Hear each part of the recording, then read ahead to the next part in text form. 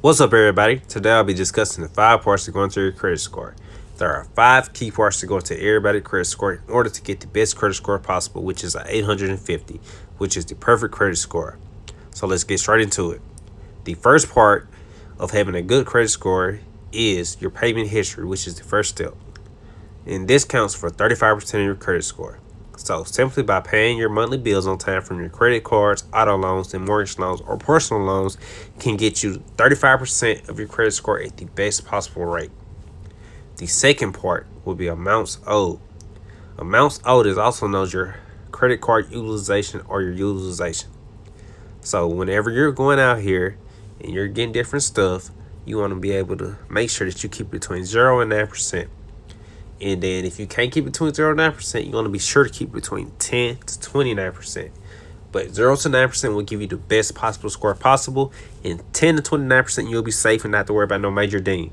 But anytime you get over between 30, especially if you get over between 50, your credit score will see a huge ding and will decrease.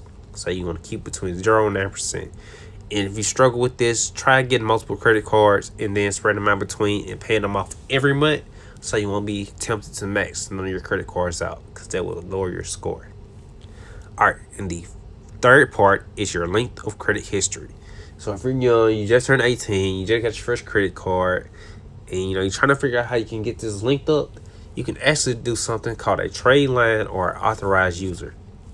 A trade line or authorized user is when you can go piggyback off somebody else and use their credit link, and it shows up on your credit report. So I have a friend, his mom, been having credit for the last 30 years. She put him on his credit report, and it shows that he has had credit for the last 30 years, even though he's just turned 18. So that's a perfect way in how you can do this. And the next step will be new credit. New credit is whenever you go out and apply, and you try to get a new loan in, a new credit card.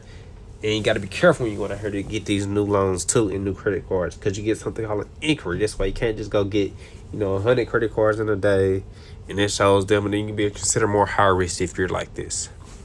And then the last step will be consider your credit mix. So whenever you're coming out here, you need to get some credit cards, you need to get some personal loans, some auto loans, some mortgage loans, and so you can handle a mix of credit. And this way you can get the best possible score.